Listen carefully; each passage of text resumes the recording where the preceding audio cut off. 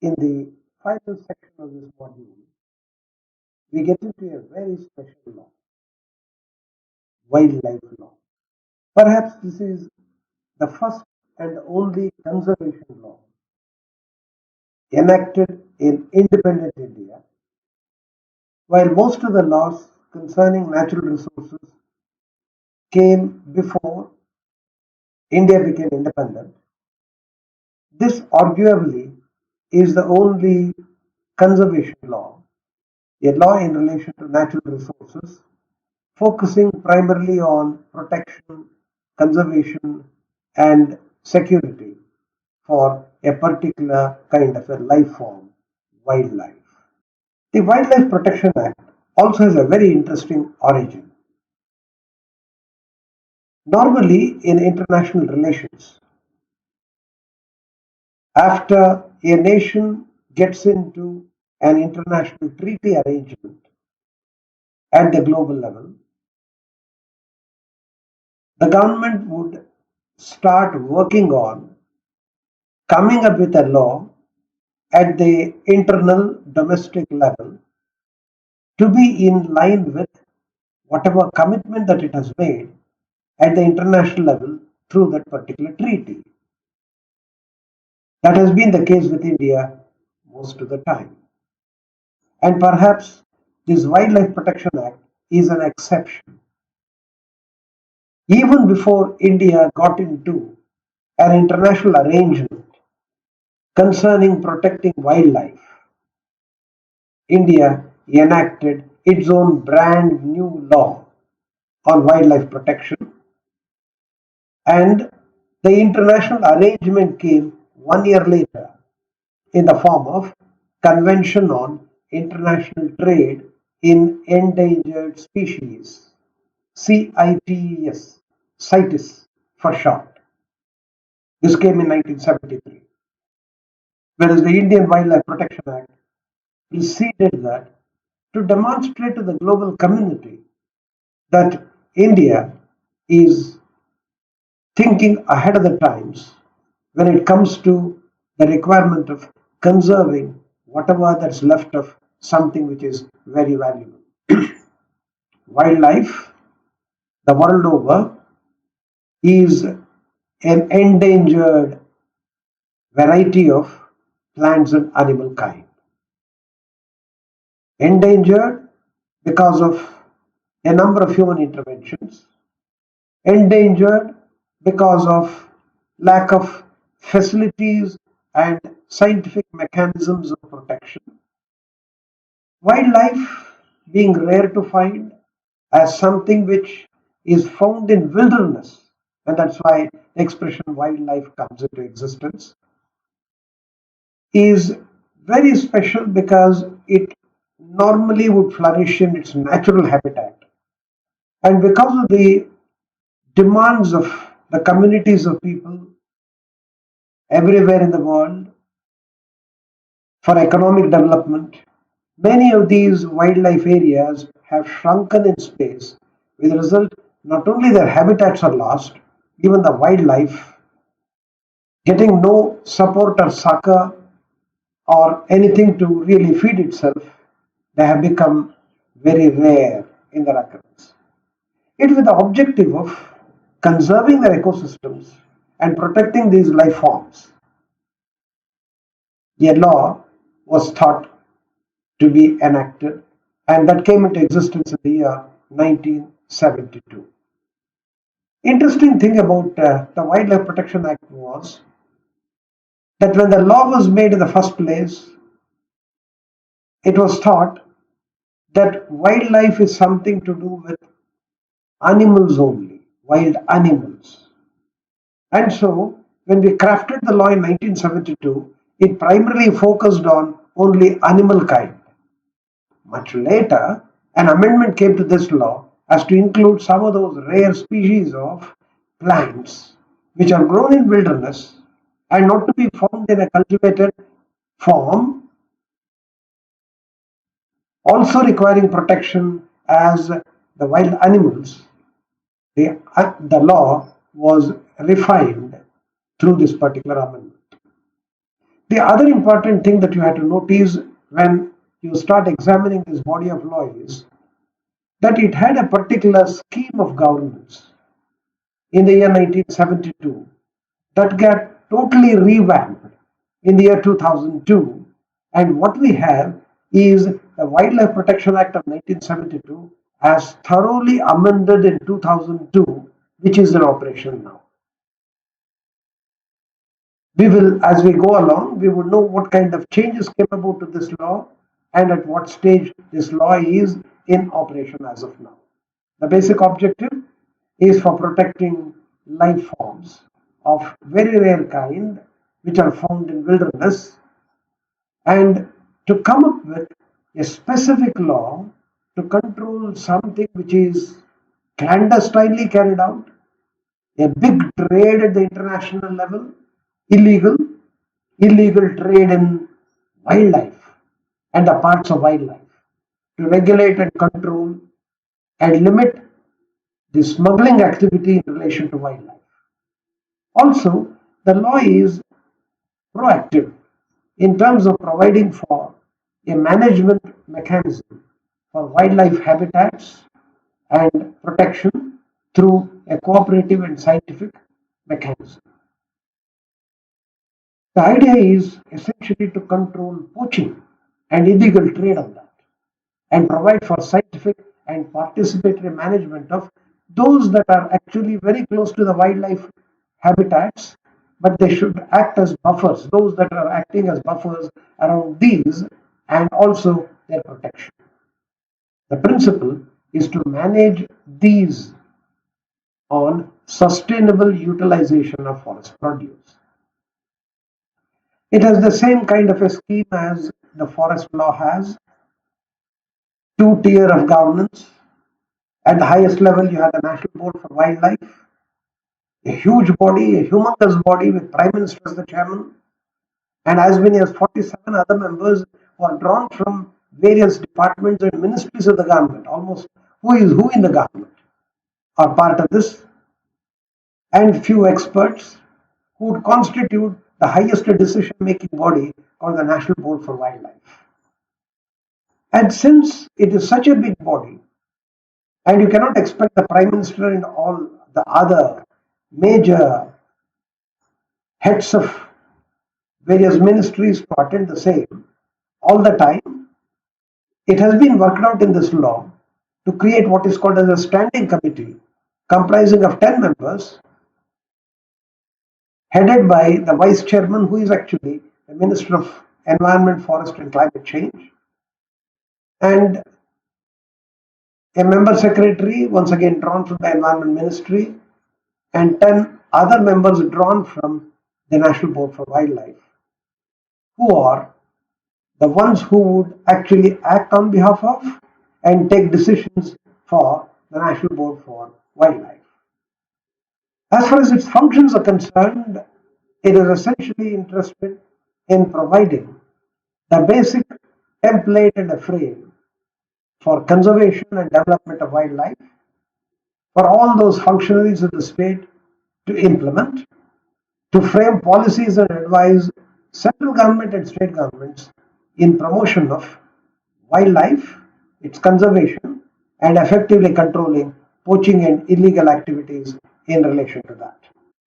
The management mechanism for national parks and sanctuaries and other protected areas, they come up with recommendations. They carry out impact assessment of various projects and activities on wildlife or its habitats.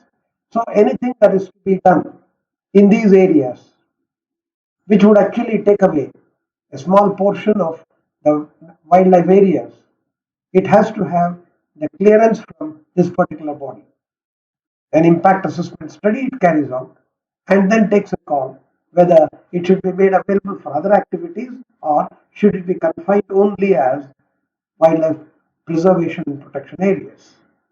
It reviews conservation practices being observed from time to time in all the states, and in the process it would also come up with suggestion of reforms and prepares once in 2 years a status report. This is very important because the national authority needed to prepare such a kind of a status report for it being relayed to the global body. As was being mentioned a while back, the international legal arrangement is CITES, Convention on International Trade in Endangered Species, and there is a secretariat which will actually gather reports once in 2 years from all the member countries as to what is the current status of species, flora and fauna, and their ecosystems concerning wildlife all over the world, and then come up with suitable mechanisms for cooperative venture amongst nations, and also come up with technical support for nations whenever they need one to take care of, conserve, and protect wildlife. Similar to this, at the state level, you have a very big body called the State Board for Wildlife, with its Chief Minister as the chairman. It has similar composition and functions as the National Board at the state level, and each state will have what is called as an advisory committee, and this advisory committee is the think tank. It gives the advice for measures to be taken for better conservation and management of national parks and sanctuaries, including participation of the people living within and around them. There are also the committees for Conservation Reserve, Management Committee, and Community Reserve Management Committee. These are advisory committees which advises the respective bodies, Conservation Reserve Authority or the Community Reserve Body, to take care of those respective protected areas under wildlife. In terms of classification, the original classification in 1972 was that it had 4 protected areas in the wildlife area. One was called as a national sanctuary, the second one national park, the third one closed area, and the fourth one gaming reserves. After a few years of the enactment, it was felt that creating a separate area for gaming reserves, a particular patch of wildlife area where people can come and carry out shooting activity, shooting of wildlife as a sport, because traditionally, as we know, the royalty in India used to practice killing of wildlife, mainly to save the civilian life, their property, and their life to be the one which has to be taken care of by the ruler. They would go on a hunting expedition and kill these animals, and it became a kind of a sport that these people would go to the wildlife areas, kill an elephant, kill a lion, kill a leopard, and then bring the trophy and display it as a display of their valor. But then, conservation, protection of these, when they became something of utmost importance and significance, carrying on this particular kind of an activity where there is a scope for people just wantonly going on a killing spree, and with the result that the numbers would come down. And there has been instances over a period of time, ever since we became independent, of sudden depletion in the number of these wildlife, tiger, elephants, lions, and things like that. And so it was felt very necessary that creation of a protected area in the form of games reserve is a misnomer, almost farcical, because you say it's a protected area. Protection from what? Protection from any kind of human activity, protection from any injurious activity. To have a gaming reserve in such an area was considered to be anathema, and as such, that through an amendment was removed, the category of gaming reserves. Then certain areas in the wildlife, under the protection of wildlife law, were considered as closed areas because during certain seasons these were closed from any kind of human activity, maybe because they were the breeding grounds, or it is at that particular part of the season of the year it is dangerous to enter, or these were the ones which required utmost protection on certain points of time in the year in a particular season. And if protection was not accorded, the entire wildlife area would be troubled in some form or other. And so closed areas were created. Then it was felt in the year 2002 that even this idea of closed area is not appropriate. We will have to broaden the scope and ambit of the protected areas, which would also include these closed areas, and so there is no need for a separate category. And so the fourth category, the closed area, was also taken away through an amendment in the year 2002. And in 2002,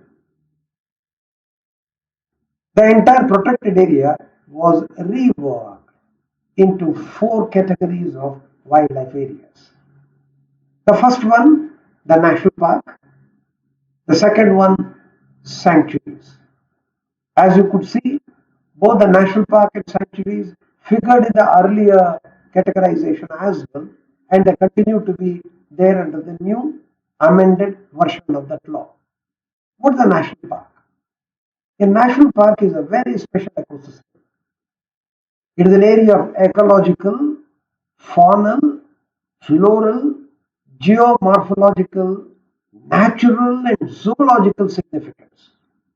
So the kind of animals that you find there, the kind of plants that you find there, you don't find anywhere else. And so these are very special areas. And the areas covered under this may include the one which was formally declared as a sanctuary, national park. Sanctuary has a similar connotation, and in terms of the description for national park and sanctuary, it is the same. The object of creation of these categories is also the same: protection, propagation, and development of wildlife or its environment, which are very unique. Then what is the difference between a national park and a sanctuary? Both of them, of course, come under the exclusive jurisdiction of the government in the form of wildlife authorities. And both of them are subject to severe restrictions of any human activity and even prohibitions under certain circumstances as to access for the people in these areas. The actual difference between the two lies in the relative legal status vis-a-vis the two, and the gradation of severity of restrictions and prohibitions imposed would actually distinguish a national park and a sanctuary. The restrictions are the highest at the national park level, slightly less in the case of a sanctuary. And so sanctuary and national park, in terms of the level of severity of restrictions and controls, are the sanctuary is below and national park is above that. For example, grazing of cattle and carrying out animal husbandry activity through this grazing can be there in a sanctuary, that too with the permission of the authorities, but it's totally prohibited in national park. No grazing in national parks. Secondly, in the case of sanctuary, as we know that in forest and wildlife areas, communities of people live there for centuries, the tribal communities, forest dwelling community, as we have seen in all of our earlier discussions. And in case they have a permanent settlement can be there for the local communities only in a sanctuary. In a national park, no permanent structures are allowed. There can only be temporary habitats.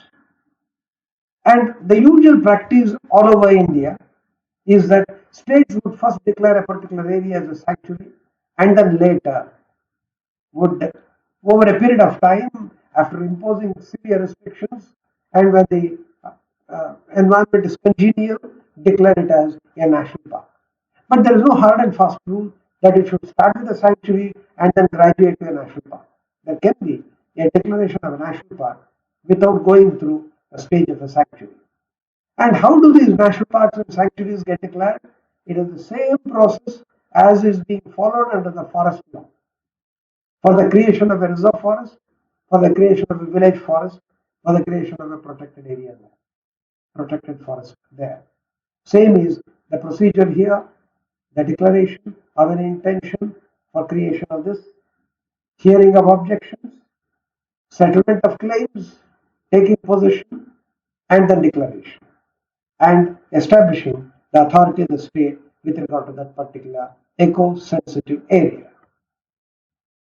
The third category, which is something that has been created and brought into existence only from the year 2002 through an amendment to the Wildlife Act, is what is referred to as conservation reserve. Under the earlier law, the 1972 law, national parks and sanctuaries were created all right. But you know, those animals which live in the national parks and sanctuaries, they do not understand or believe in the demarcation of areas created by human beings. That this is a national park, that is where you can live. This is a sanctuary, which is your home. That kind of an understanding these animals will not get.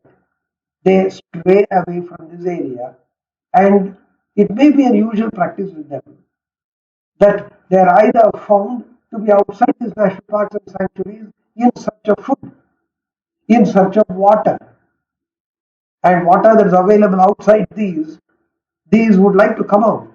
But when they come out, since they do not have the protection, the 24 hours vigilance on the part of the authorities there, it's quite possible that they become subjects of poaching, killing, and loss. And so the government thought it fit that given this particular sensitive situation, where the wildlife should be allowed to go to those corridors like a pathway, which would enable them from moving from a national park or a sanctuary to perhaps a nearby water body, quench their thirst and come back. And for that, there should be a protection made. And these would act as buffers, as a shock absorbers from any kind of external threat to these protected species and varieties of plants and animals.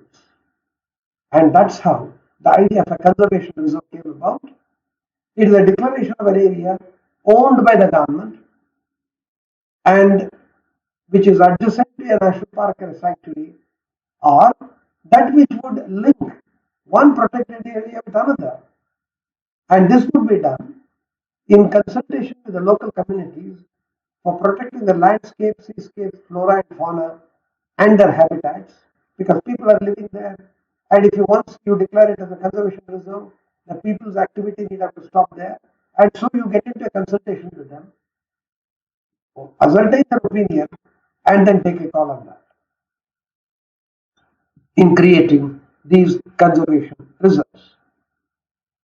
This is essentially to provide, as was mentioned earlier, protection to those areas near and around national parks and sanctuaries to act as a buffer. The idea is also to secure the corridors of passage to facilitate free and uninterrupted movement of wildlife. A fourth category of wildlife area exists as a protected area referred to as a community reserves. It's quite possible that outside these wildlife areas, which is directly under the control and authority of the state agency, there may be people who are interested in rearing wildlife, in protecting wildlife. Perhaps they might have a long tradition of protection of wildlife in their own property. And these also need to be protected. And it's quite possible that the one who owns that piece of land and the one who has been maintaining, managing and protecting these wildlife privately may, on account of old age or for any reason, may no longer be in a position to take care of them. And supposing he were to make an offer to the government that, look, this is an area which I was taking care of. This is a wildlife which I have been able to take care. I no longer am in a position to do that. I am surrendering this land, I am surrendering this wildlife for you to take care. Or in the alternative, if some very enthusiastic people among the local community people come forward and then submit to the government that look, we are wildlife enthusiasts, we would like to take care of wildlife. Can you facilitate that? And you know, under the wildlife law, protection and taking care of wildlife is the exclusive preserve of the government. And under the 2002 amendment of the law, the idea is essentially to expand this conservation ethic beyond the government circles to people outside, to bring in and include people also into the whole scheme of wildlife management. In such situations, when people voluntarily come forward, a portion of the government land may be earmarked and be made available to this group of people to take care of wildlife in that area. That is referred to as community reserve. Declaration of any private or community land not comprised within the national park, sanctuary, or a conservation reserve upon the community or the individual volunteering to conserve wildlife and habitats, to protect them, and the culture and the traditions associated with such conservation and practices in relation to wildlife. Then, of course, you have something which is actually maintained, managed, and taken care of by the government as what is referred to as zoological gardens. Zoological gardens are those patches of dense forested area which have several exciting varieties of, perhaps even endemic varieties of plants and animals, primarily animals. Zoological gardens are for animals, which may be from India or which may be brought to India from elsewhere, and they need a special kind of a protection. And that is made available under the aegis, authority, guidance, control, and oversight of the government in the form of a zoological garden everywhere in India. And for that, a host of provisions are made. What are these zoological gardens? How they have to be maintained? And not only that, it's for protection of certain rare species. It is also to be used for educational ventures as a tourism attraction, as a tourist attraction for education. These zoological gardens actually tell us the tale of wildlife in a realistic form, so as to enhance our knowledge and understanding and perhaps intimacy with wildlife, to take care, protect, and conserve those that are on the verge of extinction or anything like that. The plans, programs, and authorities are also created for the purpose of conservation of certain very, very special variety of wildlife, like tiger, elephant. It's what is referred to as Operation Tiger, Elephant Preservation Project, and things like that, for which a host of provisions are made under this law. How do you classify wildlife? What are the means, mechanism, and markers for the same? This is internationally recognized and practiced. There is an international body called as International Union for Conservation of Nature, which has come up with a scientific formulation of categorization of wildlife, essentially based on the threat perception, threat to their very survival. So those that are threatened, those that are endangered, those that are on the verge of extinction, those who have become rare, they are put under different heads. And there is an inventory of these which are put together there. Based upon that, in every country, they come up with schedules under that law. India also has one such schedule. And in that schedule, you have the list of these having the highest degree of protection to the one which has some degree of protection. They classified into various categories of flora and fauna, which are required to be protected under this law. It's a very stringent law, and the procedures are very, very strictly to be adhered to, and the authorities created under this law who have powers of imposing penal sanctions.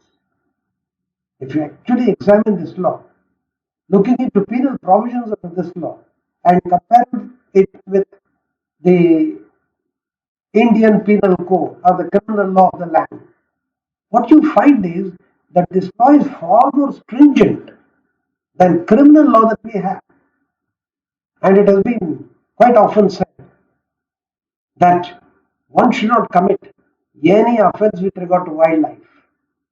Should one be guilty of one such wildlife crime, it is such a serious offense that getting out of it and getting relief by the state is well nigh impossible. Very tough law.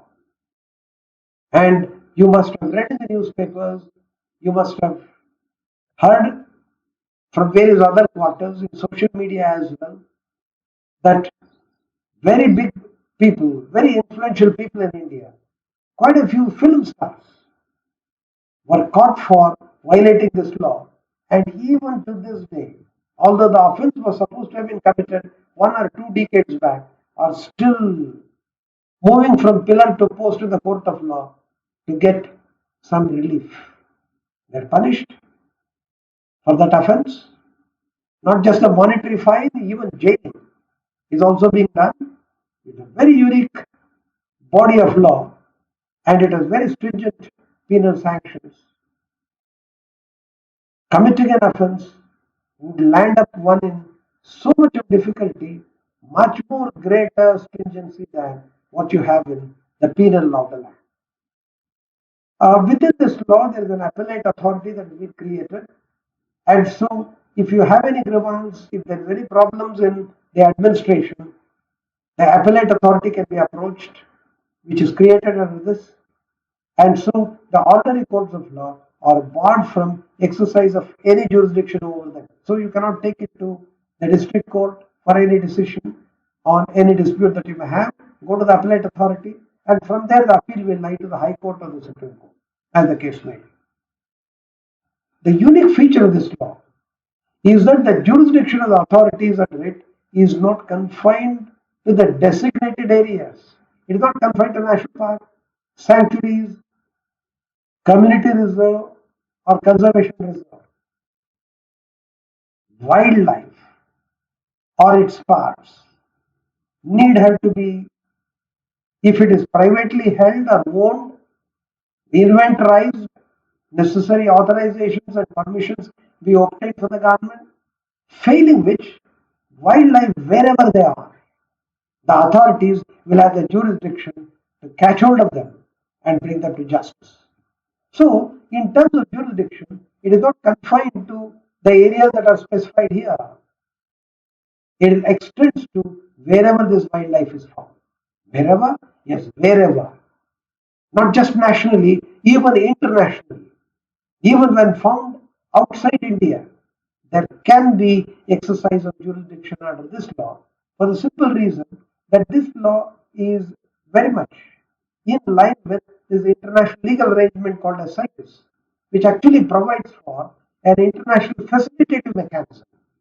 An offense committed in the wildlife law of a particular country, if the person, the fugitive offender, escapes from the country and goes elsewhere, provision is made whereby your wildlife authority can chase that offender wherever that person is, and if you were to enter into a foreign territory and with an arrangement with that foreign government, with its cooperation, these authorities may arrest him and bring him back to India. In fact, any offense, any theft, any poaching that is done is equated with a heinous offense of international concern, like genocide, like extermination of a large group of communities of people, which is referred to as genocide, such big an offense which is an international crime, and another offense of slavery. Slavery, wherever it is practiced, is violative of international law, human rights law.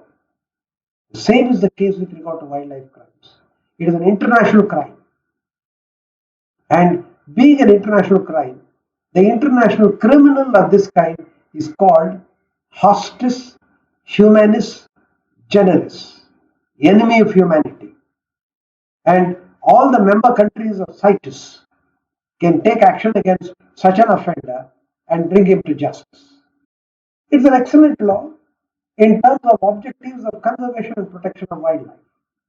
But the real problem with this law that we have enacted in India, although it came into existence in independent India long after we became independent, it does not internalize the native wisdom of the communities of people who have the ethic and practice of conservation and protection of wildlife. Even now, if there are any wildlife species or varieties of plants and animals which are to be tamed, it is not the wildlife authorities who do it. They actually commandeer the services of those communities of people who have very intimately lived with these because they know their life, they know their attitudes, and they have been able to engage with them as to tame and control and regulate their activities, and their talent is tapped. Unfortunately, the law does not provide for that. So, to that extent, it does not have an Indian feel or a flavor. It has a Western model of a national park or a sanctuary which tries to view a wildlife area just like a museum, like a painting. A painting is something that should be admired from a distance. You should not touch it. But wildlife is something which is part and parcel of the lives of the people who are living around these wildlife areas or very much within the wildlife areas in India. And so, something with life and throbbing with life cannot be treated like a museum piece. Unfortunately, this law treats wildlife in that manner. The need is to bring in a little bit of a native and a local flavor, and that kind of a change needed to come to bring in the communities of people who have the talent and the knowledge about that to protect them.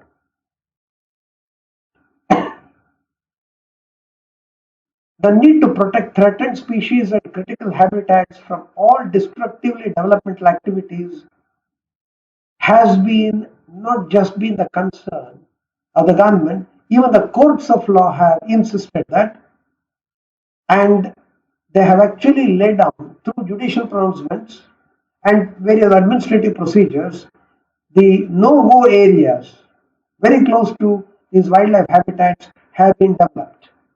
Within 5 kilometers of them or around all protected areas are already prescribed. But unfortunately, when governments wants to take an economic decision, a developmental decision, many a time they ignore them, with the result that the protected areas become unprotected. Ensuring harmony of working this law with other related laws like Biodiversity Act, water conservation laws has never been attempted. So there is an agenda for reform of bringing in native wisdom into the whole scheme of things of governance or the wildlife areas, and also to harmonize this law with other laws to strengthen them and in turn strengthen itself in its working to really deliver the objectives with which this law has been made.